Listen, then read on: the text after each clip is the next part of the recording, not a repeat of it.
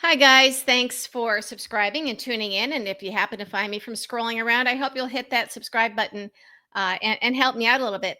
So, Natasha Bertrand is a very respected journalist. She's young and she made a name for herself at a very young age.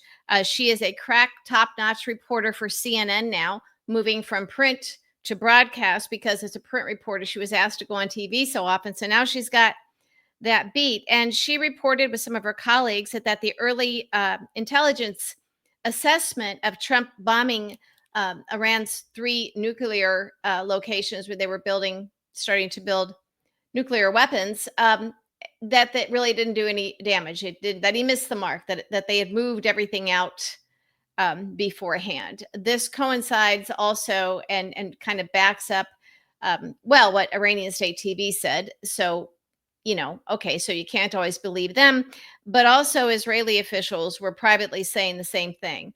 So Trump failed. And what he did, he put out, this is the president of the United States. Um, he called for her to be fired, thrown out like a dog. That's what he said. Natasha Bertrand should be fired from CNN. I watched her for 3 days doing fake news. She should be immediately reprimanded and then thrown out like a dog.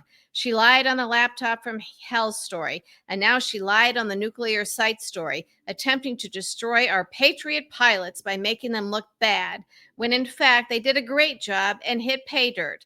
Total obliteration. She should not be allowed to work at fake news CNN. It's people like her who destroyed the reputation of a once great network. Her slant was so obviously negative. Besides, she doesn't have what it takes to be an on camera correspondent. Not even close. Fire Natasha. Okay, that is par for the course for Trump. Also, this has nothing to do with the pilots missing the mark. This was the fact that Trump um, basically, it wasn't too hard for Iran to figure out what he was going to do. And they simply moved the personnel and the material from those sites. So bombing the sites didn't matter. So saying that this is somehow claiming that the pilots that were sent to do this failed mission were aired. They didn't. They did their job. It was Trump who aired. Okay, he's an idiot. He did this without congressional approval. Still hasn't briefed Democrats. So we know that he's a loser and he should not be in this job, and he failed. And we've been warning about him forever. Also, he has a long history of doing this with reporters. And as far as CNN is concerned, when Jeff Zucker was running it, he ran it into the ground. At that point in time, Trump could pick up the phone, have anybody kicked off the air. He did it to me because I was telling ugly truths about him. I knew stuff and I could back it up. So I was done. And Jeff Zucker is his best little buddy. He used to brag about being Trump's, the personal booker for Trump when Trump was running for president that first time. Jeff Zucker owed his career to Trump. When he was head of entertainment at NBC, he greenlit The Apprentice for Trump. So Trump also owes him his comeback because Trump was in some pretty serious trouble back then financially. So they both needed it. And that got a promotion for Jeff Zucker. And Trump claims that he was the one that got the job for Jeff Zucker running CNN. Okay. So that's all you need to know about that. Jeff Zucker was never a journalist. He was all TV ratings. He was unethical, immoral, and he's a big reason why we are in this situation. So now CNN, still not great. They still like to be in Trump's pocket, but at least they're backing up and supporting their journalists. They said, we stand 100% behind Natasha Bertrand's journalism, and specifically her and her colleagues reporting of the early intelligence assessment of the U.S. attack on Iran's nuclear facilities. CNN's reporting made clear that this was an initial finding that could change with additional intelligence. We have extensively covered President Trump's own deep skepticism about it. However, we do not believe it is reasonable to criticize CNN reporters for accurately reporting the existence of the assessment and accurately characterizing his findings, which are in the public interest. Okay. The fact that we even have to be in this position, that we're in this position, this has to be said, is pretty astonishing. But things have changed a lot in the past 10 years. Remember, CNN and the other networks were gorging on the Trump ratings, thinking there's no way he could ever win the nomination, let alone the presidency. They helped create a monster. That's not journalism. So Good for CNN for supporting Natasha. She's a good reporter, but they should be doing this across the board, and they should be eliminating or punishing those reporters, and or people who are not correct. They still employ the practice of having paid pundits, political pundits who are actually reporters for print, who then save key information for books, like Maggie Haberman. They've got a Jake Tapper problem, as we know. So still have a long way to go. But in this case, a serious reporter, a serious person, got the support that she deserved and should be just a regular occurrence by any network. So good for Natasha, good for CNN on this front. Uh, but journalism in America has suffered tremendously under Trump because they keep caving to him.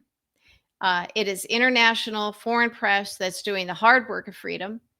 Uh, and we need to go looking for those sources. Also, independent journalists and reporting, and people like me out there with our online presence. There's a lot of us out there doing that hard work of presenting the truth because we don't have to answer to a corporate boss. Okay, that's a big problem for Trump.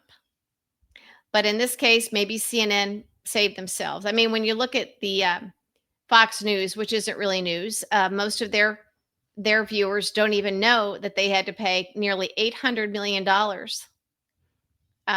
in after as a court punishment for lying to viewers, for lying in a way that was designed to help Trump. So Fox viewers don't know that. So we're still going to give the edge to CNN on that. And obviously MSNBC is a little bit better, but I still think they have a Joe and Mika problem. You can't have people flip-flopping around when it comes to something as fundamental as Trump, with my God, his lawlessness and everything about him.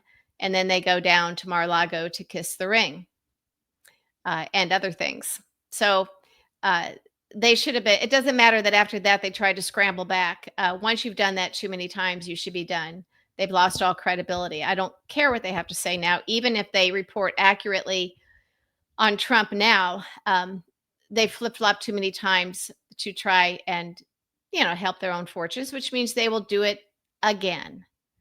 And that is, I feel the same way about political pundits, people who are political operatives or in the arena, who are sophisticated and educated and tried to get jobs with Trump. And when things didn't work out, then they turned against Trump. Yes, they may say all the right things and be on it and everything, say the same things that I'm saying.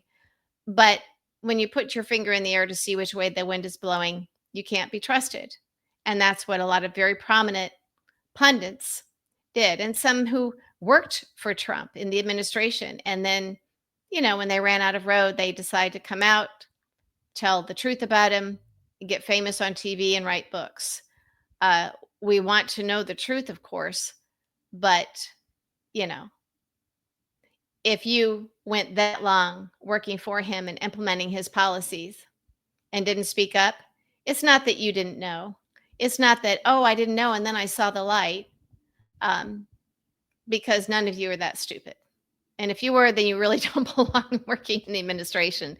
And then too many people out there believe these guys, these women, and trust them and reward them.